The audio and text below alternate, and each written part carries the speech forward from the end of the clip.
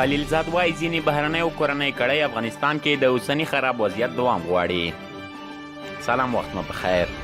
د قطر په دوحه کې د بین الافغاني خبرو په درشل کې د افغان سولې لپاره د امریکا ځانګړي استازي زلمي خلیلزاد ویلي روانې خبرې د اوږدې جګړې ختمولو لپاره یو تاریخي فرصت دی. نوموړی وایي په کور دننه او بهرنۍ ځینې کړۍ شته چې افغانستان کې د اوسني روان وضعیت دوام غواړي، خو په وینا یې دوی اقلیت دي. نوموړي ویلي هوکړې ته د دواړو غاړو د رسیدو په صورت کې د جګړې ختمېدل ممکن دي. کله چې له ښاغلي خلیلزاد څخه وپوښتل شول 19 کاله مخکې د طالبانو د واکمنۍ او د دوی د له منځه وړلو خبرې کېدې، خو اوس دا دی په واک کې د دوی د ورګډولو یا واک ته د دوی د ورستنولو خبرې کېږي. نو په دې موده کې څه بدل شوي دي؟ ښاغلي خلیلزاد ویلي افغانستان او طالبان په تېرو 19 کلونو کې بدل شوي دي. افغانستان هغه افغانستان نه دی چې 19 کاله پخوا و. هیله لرم طالبان باید پوه شي چې اوس نوی افغانستان دی. طالبان هم هغه طالبان نه دي چې 19 کاله پخوا و. هغه وخت دوی له القاعده سره همکاري درلوده او اوس باید له هغوی سره همکاري ونه لري او د تر واک لاندې سیمو کې روزنې او فعالیت ته اجازه ورنه کړي.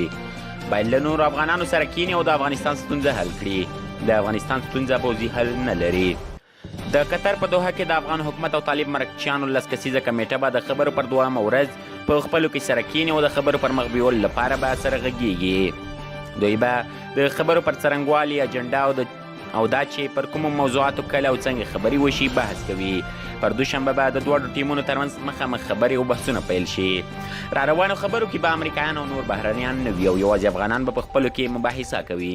یوازې کوربه هیواد قطر به د ځای چمتو کولو او تخنیکي چارو برخه کې د اسانچاري په توګه همکاري کوي. ښاغلي خلیلزاد ویلي طالبانو حاضر دي چې القاعدې ته به اجازه نه ورکوي. دوی د دې همکارۍ ګامونه له وړاندې اخیستي دي. کله چې له خلیلزاد څخه وپوښتل شول چې تر ډیره د طالبانو شرطونه عملي شوي دي، ځواب یې دا و چې له طالبانو سره امریکا هوکړه لري، دوی هم باید زموږ شرطونه ومني. خلیلزاد وایي دا خبرې به له نږدې څاري او که کومه ستونزه رامنځته شي دوی به یې هوارولو کې همکاري کوي.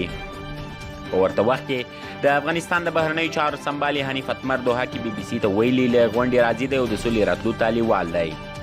د قطر په دوحه کې د افغان جګړې ختمېدو لپاره به د تاریخي خبرو پر مهال افغان طالبان په هیواد کې د اسلامي نظام پر جوړېدو ټینګار کوي، خو د افغان حکومت پلاوی له طالبانو بشري اوربند غواړي. امریکا ویلي ټوله نړۍ له تاسو غواړي چې یوې هوکړې ته ورسېږئ. د قطر په دوحه کې د شنبې په ورځ د افغان حکومت او طالب استازو ترمنځ مخامخ خبرې پیل شوې چې طالبانو پکې د اسلام نظام جوړېدو ټینګار درلود، خو د افغان حکومت پلاوي له طالب استازو د بشري اوربند رامنځته کېدو غوښتنه کوله. د ملي مصالحې د عالي شورا مشر عبدالله ویلي له تېرو کلونو راهیسې افغانستان کې روانه جګړه هیڅ ګټونکی نه لري. د امریکا متحده ایالتونو دواړه غاړې هڅولي چې د 4 لسیزو جګړې د ختمېدو او د زرګونو ولسي وګړي د وژل کېدو د مخنیوي لپاره یوې هوکړې ته ورسیږي. په افغانستان کې د امریکا جګړه د دغه هیواد په تاریخ کې تر ټولو اوږده جګړه ده. د طالبانو او افغان حکومتي پلاوي ترمنځ لومړنۍ خبرې مخامخ دي. د طالبانو او افغان حکومتي پلاوي ترمنځ لومړنۍ مخامخ خبرې دي. دا خبرې څو ځله د نامعلومو لاملونو له کبله وځنډېدې او طالبانو د افغان حکومت له استازو سره له مخامخ خبرو کولو ډډه وکړه او افغان حکومت د امریکا ګوډاګی بولي. دواړه غاړې یوې سیاسي هوکړې ته د رسېدو او د 1990 کال پر افغانستان د پخواني شوروي له یرغل راهیسې د روانې جګړې د ختمېدو په هڅه کې دي. د رسمي شمیرو له مخې د روان کال له فبرورۍ میاشتې راهیسې په افغانستان کې د روانې جګړې پر مهال کبو 12,000 وګړي ووژل شوي. د قطر ناستې پرانیز غونډه کې عبدالله وویل د سملاسي اوربند غوښتونکی دی. رویټرز خبري اژانس وایي دا مسله له مهمو موضوعاتو یوه ده چې ټول افغانان یې غواړي او د جګړې ختمېدو ته لیوال دي. په ورته وخت کې د طالبانو د تحریک مرستیال ملا عبدالغني برادر وویل هیله لري چې په دې خبرو کې رښتینی پرمختګ وشي.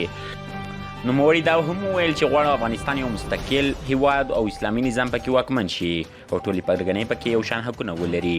د امریکا د متحده ایالتونو په 13 فبرورۍ میاشت کې له طالبانو سره د سولې هوکړه وکړه چې له مخې د افغان حکومت له زندانیانو د شاوخوا 15,000 طالب بندیانو خوشي کول یو شرط و چې په کابو میاشتو کې پوره شو. د امریکا د بهرنیو چارو وزیر مایک پومپیو وویل باوري یم دلته ټول پوهیږي چې د شیبې ته د رسیدو لپاره ډېرې هلې او قربانۍ شوي دي. نوموړی زیاتوي ټوله نړۍ د دې خبرو د بریالي کېدو تمه لري او په بریا کې پر تاسو تکیه کوي. ویډیو مو په لیو بخښنې کې تاسو پر هر چیرې چې یاست تاسو بریا زموږ دعا